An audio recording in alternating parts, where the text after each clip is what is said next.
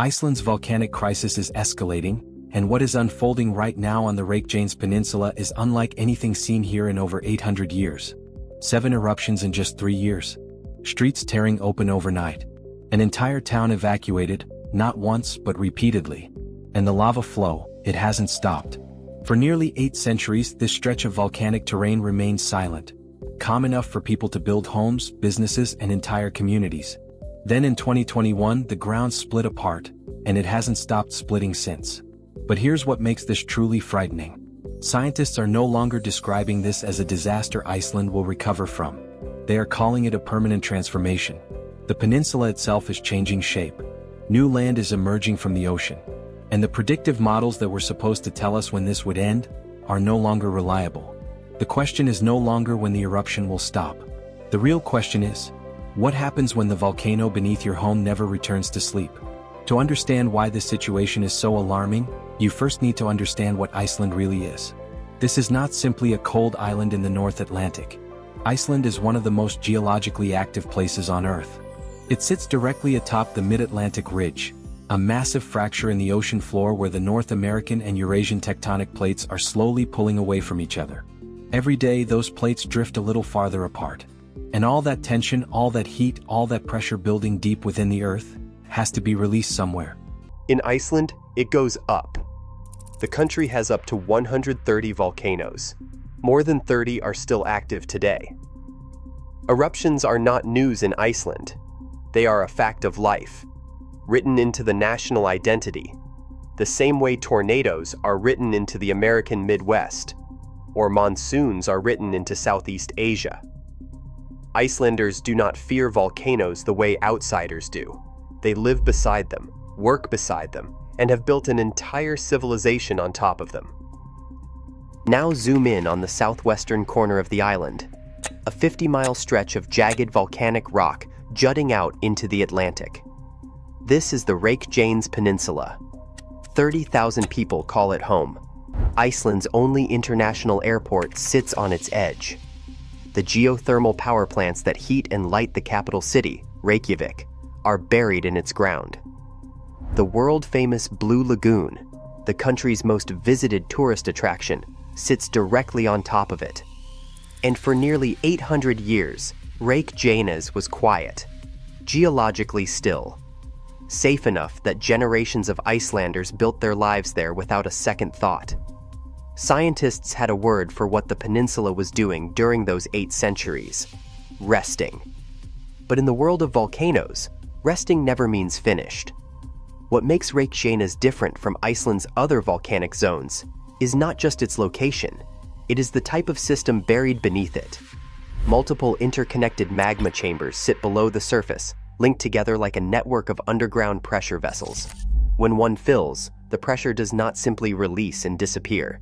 It shifts, it spreads, it finds another path. In March 2021, after 800 years of silence, the ground on the Reykjanes Peninsula cracked open for the first time in living memory. Scientists, journalists, and curious tourists hiked out to watch the glow on the horizon. Many of them smiled. They thought they were watching a once-in-a-lifetime event. They had no idea they were watching the beginning of something far bigger and far longer than anyone was prepared for. It started with wonder. When the first eruption broke through the Reykjanes Peninsula in March 2021, Iceland did not panic. The fissure that opened near Fagradalsfjall was slow, almost gentle by volcanic standards. Lava oozed from a crack in the hillside in glowing rivers of orange and red, lighting up the night sky like something out of a nature documentary. Scientists called it a tourist eruption. People drove out on weekends to watch from the ridgeline. Children took photos. It was extraordinary, but it felt manageable, contained. A geological spectacle that Iceland could show the world and then move on from. That was the first mistake. In August 2022, the ground opened again. A second eruption at Muradalir, just miles from the first. Then a third at Litli Hrutur in 2023. Each time, scientists updated their language slightly. from isolated event to recurring activity, from recurring activity to reawakening. The eruptions were not random. They were connected, pulses from the same awakening system, arriving faster each time. Then everything changed. The fourth eruption shifted to a different magma system entirely, Svartsengi, sitting directly beneath the town of Grindavik. In November 2023, fissures cracked open inside the town itself. Roads split apart, houses tilted.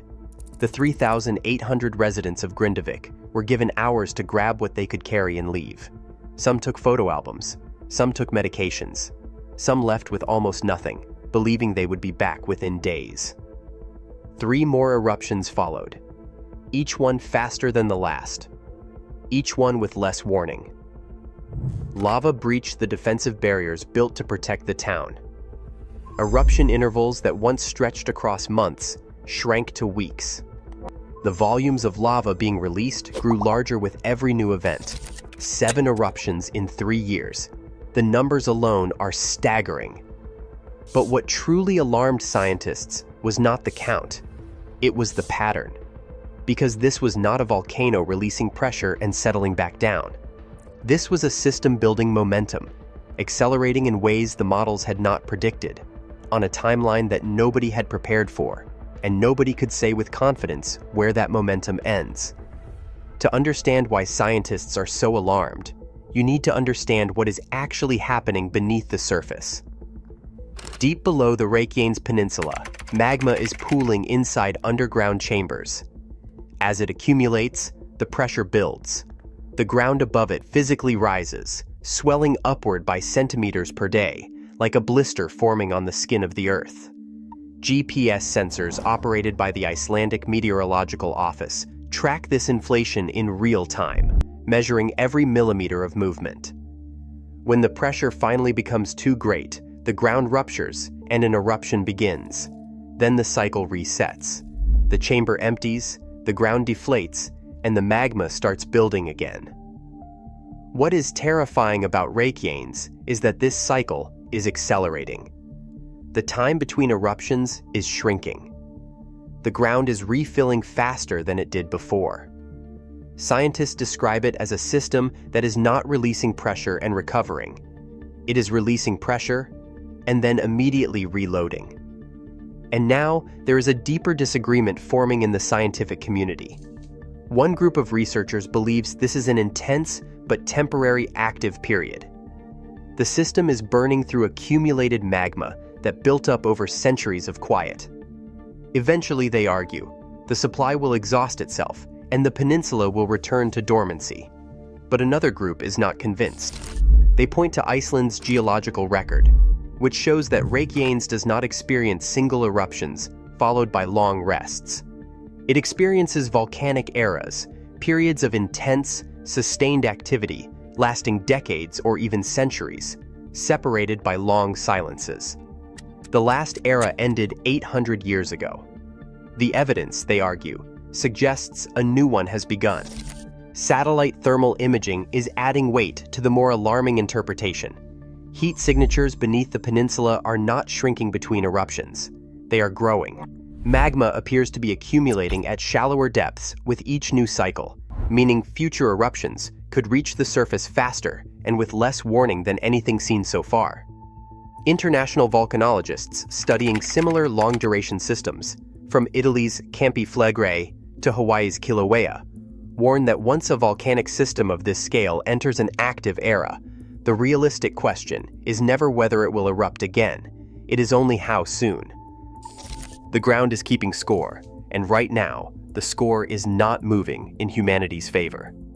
Grindavik is not a famous town. It never truly was. It was the kind of place where everyone knew each other by name, where families had worked the same harbor for 3 or even 4 generations, where fishing boats left before sunrise and the scent of the ocean felt as familiar as home itself. Around 3,800 people lived there, a close-knit community built around a working harbor. The kind of town that never makes global headlines. The kind of town that simply exists quietly, where ordinary lives unfold day after day.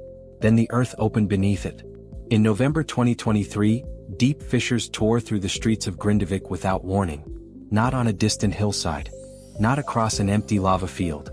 Right through the town itself. Residents woke to the terrifying sound of the ground splitting apart beneath their feet. Mandatory evacuation orders followed within hours. Families grabbed whatever they could reach in moments, medications, documents, children's toys, family photographs, and drove out into the darkness, headlights cutting through ash-colored air. As they left, many looked back at homes they had spent lifetimes building. Most believed they would return within days. What came next was harder to endure than a single disaster. It became a prolonged siege.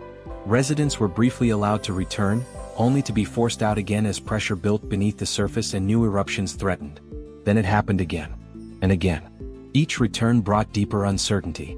Each evacuation took something that could not be restored.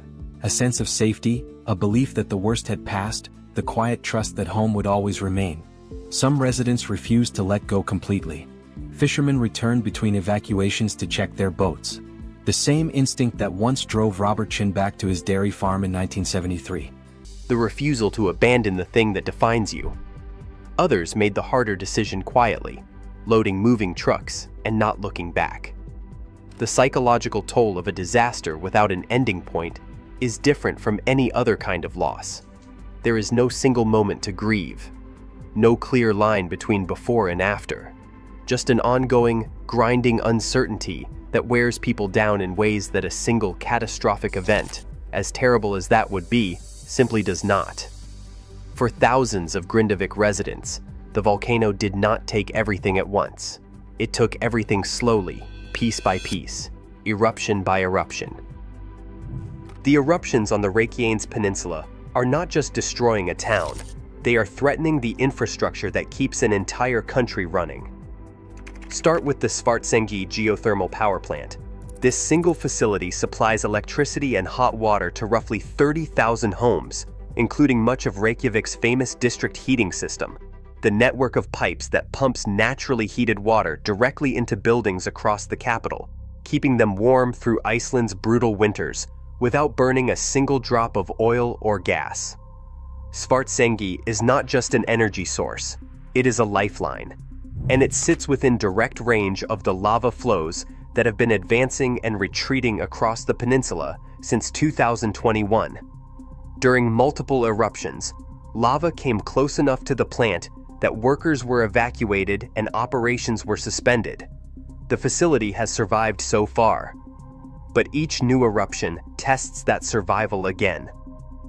Then there is the Blue Lagoon, Iceland's most visited tourist attraction, built directly on a lava field fed by the same geothermal system, drawing over 1 million visitors per year and generating hundreds of millions in revenue. It has been forced to close repeatedly since the eruptions began, its striking pale blue waters sitting empty, while ash drifted across the surface and lava glowed on the horizon. Partial damage has already been sustained. The brand that Iceland spent decades building around its otherworldly volcanic landscape is now being undermined by the very forces that created it. Keflavik International Airport adds another layer of vulnerability. Located on the peninsula's edge, it is Iceland's only major international gateway, the single point through which the vast majority of tourists, imports, and exports flow. A significant eruption shifting toward the airport's flight paths would not just inconvenience travelers, it would functionally isolate Iceland from the world. The economic ripple effects are already measurable. Tourism built on the promise of Iceland's volcanic beauty now has to compete with the reality of volcanic danger. Insurance costs for peninsula properties have risen sharply. Investment in the region has slowed. Iceland built its modern economy on the very geological forces that are now turning against it. The geothermal energy, the dramatic landscapes, the volcanic tourism, all of it traces back to the same restless ground beneath Reykjanes. That ground is no longer a resource.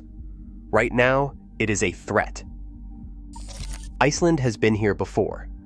In 1973, a volcano erupted on the island of Heimaey and threatened to bury a harbor that represented 3% of the entire country's economy. Faced with an impossible situation, Iceland did something that had never been done at scale anywhere in the world. It fought back. Workers pumped 1.9 billion gallons of seawater directly onto the advancing lava, cooling it into rock, building walls of hardened stone from the lava itself, slowing and eventually stopping the flow. It took 160 days, hundreds of workers, and a determination that refused to accept defeat. And in the end, it worked. That same spirit has not faded. It is being called upon once again. Since eruptions on the Reykjanes Peninsula began intensifying, Icelandic authorities have constructed massive earthen barriers across the region. Enormous defensive walls stretching for hundreds of meters, built by heavy machinery operating around the clock, racing to stay ahead of advancing lava flows. The scale of the operation is extraordinary. Bulldozers push millions of tons of earth into place. Engineers track lava movement in real time, constantly adjusting barrier positions as the landscape shifts. From above, helicopters follow the leading edge of each new flow, transmitting precise coordinates to ground crews working below. And it has worked, at least partially. During several eruptions, the berms successfully redirected lava away from the Svartsengi power plant, buying critical time for the facility to remain operational. That is not a small achievement. That is modern engineering holding the line against one of the most powerful natural forces on Earth. But the 1973 comparison only goes so far.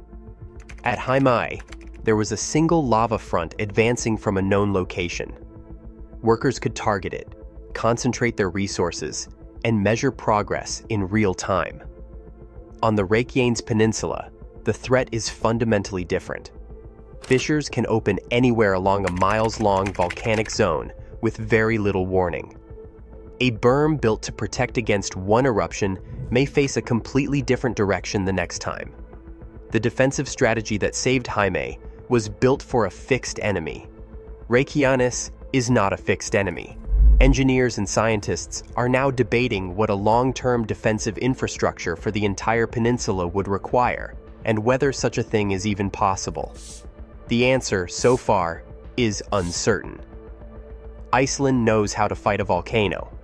What it is still learning is how to fight one that never fully stops. Here is something that is easy to forget in the middle of a crisis. The lava is not only destroying, it is building. Every flow that crosses the Reykjanes Peninsula is adding new material to the landscape. Roads that existed 2 years ago are now buried under meters of solid rock. Neighborhoods that once held homes are now lava fields that will still be there 1,000 years from now.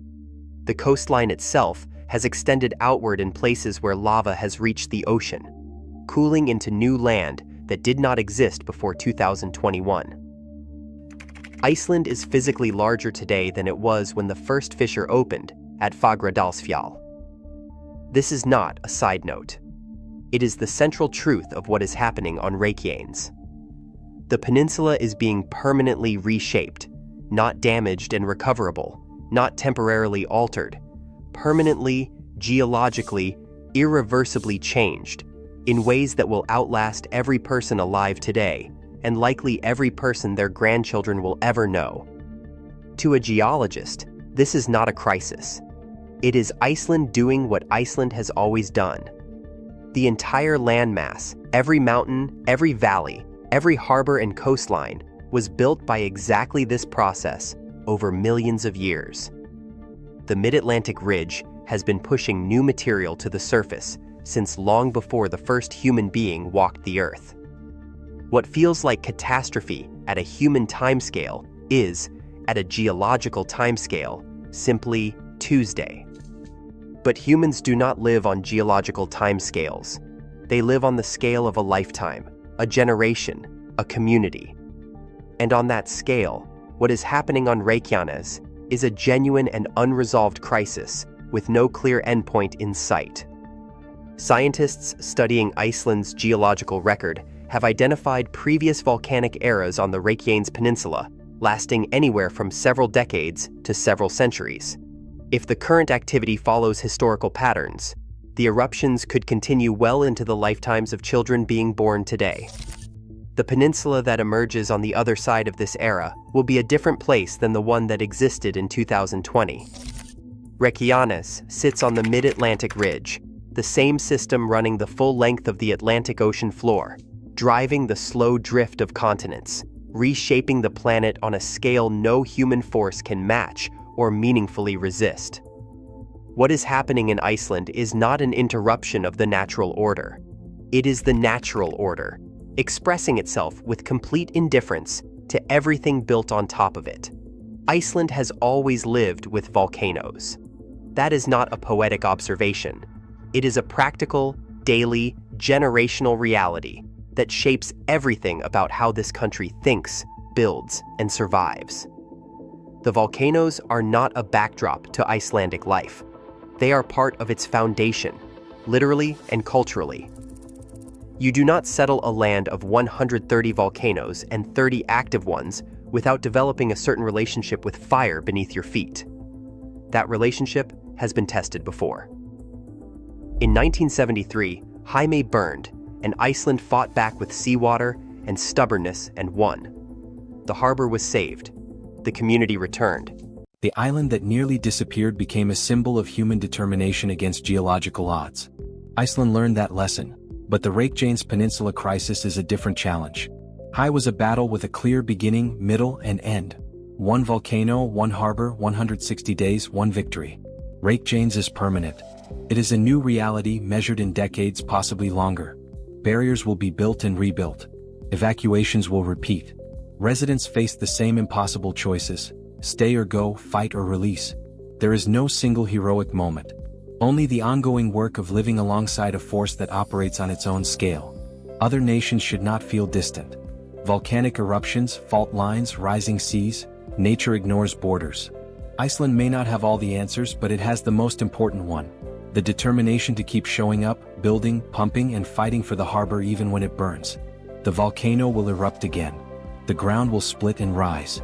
And Iceland will be there just as it always has.